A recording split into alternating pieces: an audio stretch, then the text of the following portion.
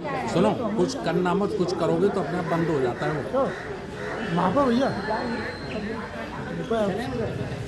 मैं धर्म प्रकाश, भारतीय बौद्ध संस्थापक, राष्ट्रीय बौद्ध महासभा, एक्स MLC उत्तर प्रदेश।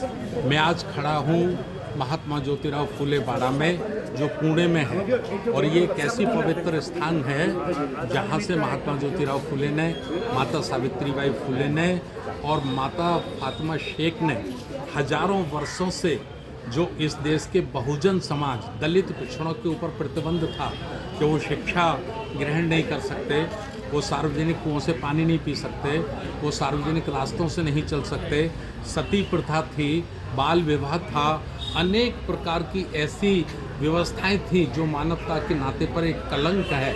उस कलंक को तोड़ने के लिए, धोने के लिए ये महात्मा ज्योतिराव फुले का बाड़ा, बाड़ा माने तो उनका घर है, तो इसी घर पर उन्होंने यहाँ से ही संपूर्ण भारत में उन्होंने शिक्षा की क्रांति को शुरू किया था। और ये उनकी माता सावित्रीबाई फुले और महात्मा ज्योतिराव फुले जी की प्रतिमाएं हैं। ये उनके उस समय के चित्र हैं। माता सावित्रीबाई फुले महिलाओं को, कन्याओं को पढ़ा रही हैं। मैं एक बात और बता दूं, वर्ण व्यवस्था या मनुस्मृति के आधार पर समूची महिलाओं को शिक्षा से वंचित किया गया था। चाहे वो लड़की, महिला ब्राह्मण की बेटी थी, चाहे वो वैश्य बनिया की बेटी थी, चाहे वो क्षत्रिय राजपूत की बेटी थी, वो भी शिक्षा ग्रहण नहीं कर सकती थी।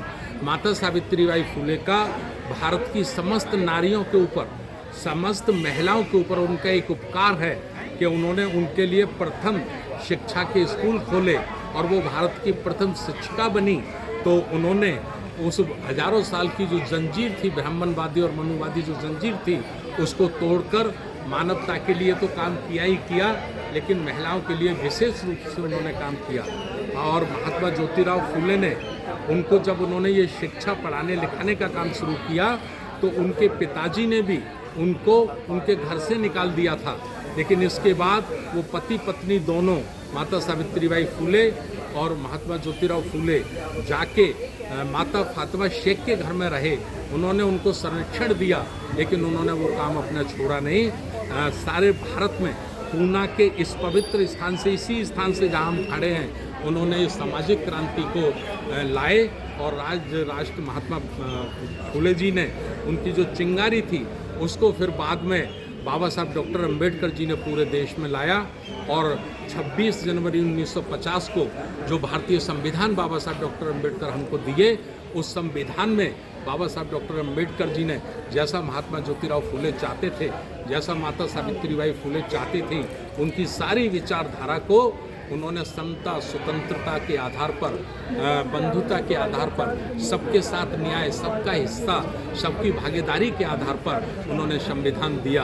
तो मैं धन्यवाद करना चाहता हूँ राष्ट्रीय बौद्ध महासभा का कि उन्होंने 3 दिन का आज यहाँ प्रोग्राम रखा है। 1 जनवरी को भीमा कोरेगांव, 2 जनवरी आज के दिन हमारे जो स्मारक हैं उनका दर्शन करना, उनको नमन करना, और कल 3 जनवरी को सांस्कृतिक भवन, अंबेडकर भवन, रेलवे स्टेशन पुणे में माता सावित्रीबाई फुले की जन्म जयंती को राष्ट्रीय बौद्ध महासभा राष्ट्रीय शिक्षा दिवस के रूप में मना रही है। तो मैं इस राष्ट्रीय बौद्ध महासभा का बहुत धन्यवाद करना चाहता हूं, और भारत के समस्त बहुजन समाज के लोगों से और भारत की सारी महिलाओं से, नारियों से, चाहे वो किसी भी जाति की हैं, किसी भी धर्म की हैं, मैं उनसे कहना चाहता हूँ कि माता सावित्रीबाई फुले के संघर्ष के कारण, उनके जीवन संघर्ष के कारण आपको शिक्षा पढ़ने का मौका मिला है। यही कारण है कि हमें पंडित जवाहरलाल नेहरू की बेटी इंदिरा गांधी को इस देश का प्रधानमंत्री बनने का मौका मिला, बहन मायावती जी को मुख्यमंत्री बनने का मौका मिला,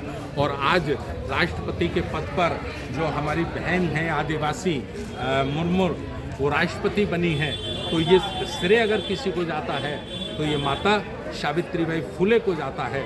तो कल 3 जनवरी को हम उनको ज़रूर याद करें, ज़रूर उनको नमन करें, और हम ऐसा कहना चाहते हैं कि माता सावित्रीबाई फुले हमेशा अमर रहेंगी।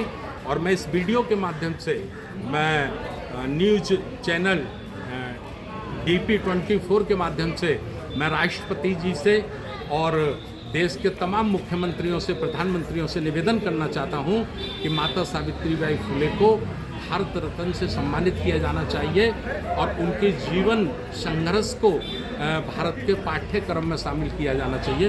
बहुत बहुत धन्यवाद।